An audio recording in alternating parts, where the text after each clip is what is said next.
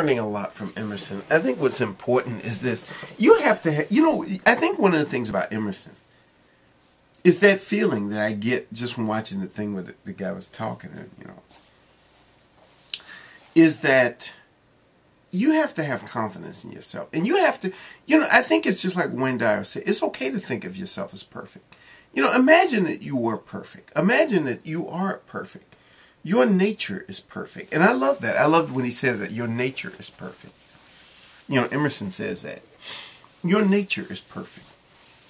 If the world is perfect, if the universe is perfect, if everything in the universe is perfect, if we live in a perfect world, and the universe is perfect, your nature is perfect. The problem is when people go contrary to their nature. When people have doubts, when you start doubting yourself. When you talk about this thing, this person with the positive thinking, I think that fits in to this. The positive thinking, a person who says positive thinking is to believe a lie. Well, if you think that, then, let me just kind of get into it. Is it really a lie? Positive thinking is to believe that all is on our side. I remember that like she does a little poem or a song or whatever you want to call it. Positive thinking is to believe a lie. Positive thinking is to believe that all is on our side. So in other words, you're really supposed to believe that all is not on your side.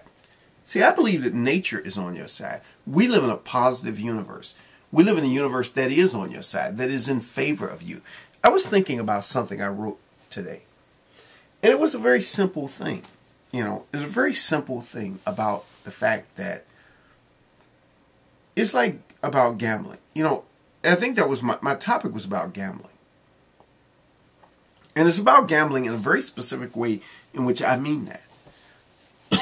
When you go to a casino is designed to work a certain way. Basically, it's designed to attract you.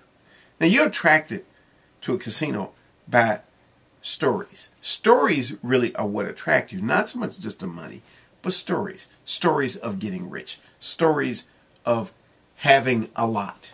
Of getting the big jackpot. It's the stories other people tell. It's the stories your friends tell. And even the stories you tell. When you go in there, like, when I went to Las Vegas in 2008 and I played the slot machines, I remember winning...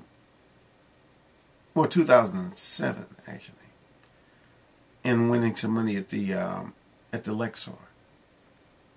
I put like about $7 in that machine. Next thing you know, I'm getting like about $200 out of that thing.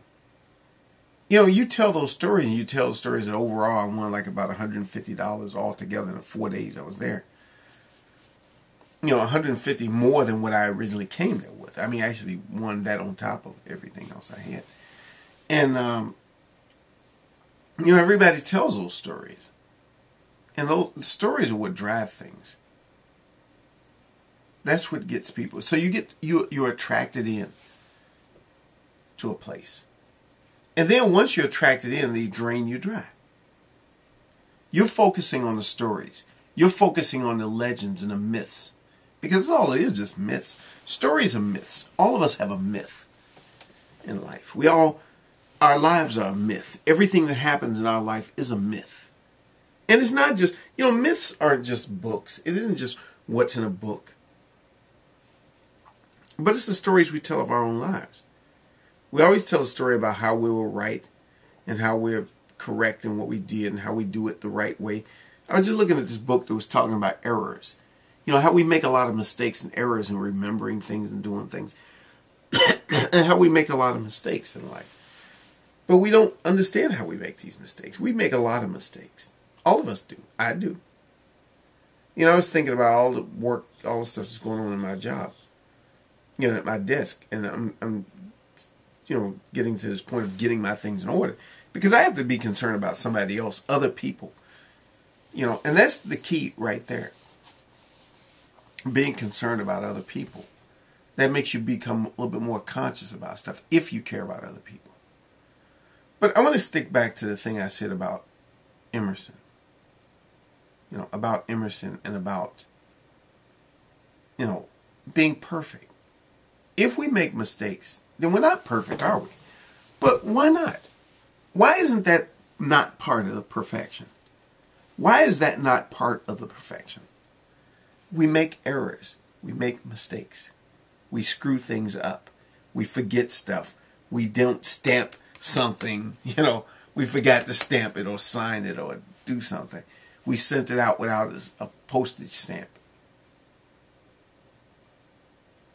We made mistakes. So thus, that's proof. It's proof that we're not perfect. It's proof that, things happen. People get into accidents. They weren't watching when they hit that car or whatever. Or they weren't paying attention to the light. Or they were distracted by the cell phone. Thus, there is ample proof. It is overwhelming evidence that the world is not perfect. How can I say that we live in a perfect world? How can I say that you are perfect? How can I say that we're perfect? Well, let's think about what perfect would be. What would perfect be? I mean, what would a perfect world be like? See, that's the thing. What a perfect world would be is an ideal. It's a thought. It's not anything we've ever taken in through our senses. You've never seen a perfect world. From where, I'm going to be like Hume, what David Hume would say. From where do you get the ideal of perfect? Have you ever seen anything that was perfect? I would argue that no, you haven't. But you have judged things to be perfect. You might have gone to a restaurant one day and the service was wonderful and the food was wonderful and the atmosphere was wonderful and you were in a great mood and the conversation with your friends was just, and you walked out of there just feeling like you were in heaven. And you say, oh, this was just perfect, a perfect experience. The food was perfect. Everything was perfect. But you know what? It wasn't that what your senses told you. Perfect wasn't from that. That's not what your senses told you. Because any other day you could have came in there and you could have got exactly the same service. People could have been talking about the same things. Your friends could have been having the same conversation. But you might not have been in the mood. You could have had something on your mind. You could have been distracted. You could have been thinking about tomorrow's things or yesterday's stuff or whatever. And it wouldn't have been perfect. Perfect is something that our minds generate. We generate an experience. We call it perfect. It's perfect. If you had been looking for rent-a-cars, for example, and everywhere you went to 20 different places, you were looking for a specific car. Let's say, for example, you wanted to rent a BMW. But you had to go somewhere, a really important place you had to go. And you had to drive quite a distance. And you went to 20 different places. None of them had cars. At all. They didn't have even the worst of cars. They were all sold out for whatever reason. And then finally you get to one place and they have a car that may have a dent in it. Maybe not, it's not totally like busted up, but it got a dent in the side of it. And it's a simple car. Let's say like something like a Toyota Echo or something, And you might think, after all that time of looking and looking and looking and thinking you'd never find a car, and after having that high standard of I had to have a BMW, you might think, perfect, this is great. Can we rent it? Yeah, sure, okay, that is perfect. Yeah, you would have an experience of it being perfect. Perfect has to do with the way you frame things. When you set that very high standard, and then you got something that was less than what you had originally set. I think we all set standards, that are very high. But I'm not saying that the solution is to lower your standards. See, I think that people can do great things. I've been thinking about that.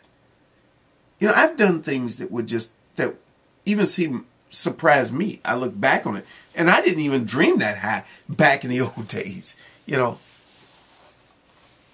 I've done things. I just simply followed what I wished for, what I dreamed. Truly, it sounded like that crazy. It sounded a little bit crazy, but I'm going to say, I really have dreamed the impossible dream. And I have achieved impossible things. I have done things that were impossible. And when you do it, it is possible. This can happen in a perfect universe. You can achieve your dreams. See, I don't have to be perfect even in making this video.